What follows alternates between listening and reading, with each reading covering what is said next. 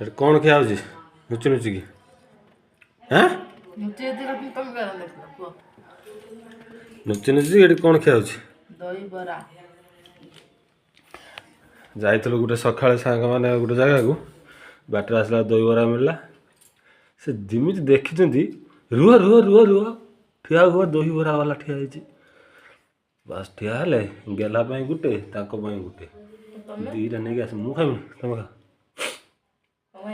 ନା ନା, ମୁଁ ମୋର ଖାଇବାର ନାହିଁ, ତମେ ଖାଅ।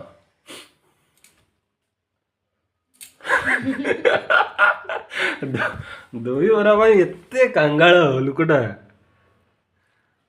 ତମେ କ'ଣ ପାଇଁ କାଙ୍ଗାଳ? ଦହିବରା ପାଇଁ ଏତେ କାଙ୍ଗାଳ। ଦହିବରା ଯଦି ଦେଖିଲେ ସେ ପଡ଼ି ଉଠିକି ଦୌଡ଼ିବେ। କେଇଠି ପଡ଼ିଥିଲି ଆଉ କେଇଠି ଉଠିଥିଲି? ଗାଡ଼ିରୁ ବା ଡିଆ ମାରିଦେଲେ ଖସି ପଡ଼ିଥାନ୍ତ। ତମେ ମୋତେ ଦଉଥିଲନି ବୋଧେ। ସାଙ୍ଗମାନେ କାହାର କାହାର ଦହିବରା ପସନ୍ଦ କମେଣ୍ଟରେ କହିବେ।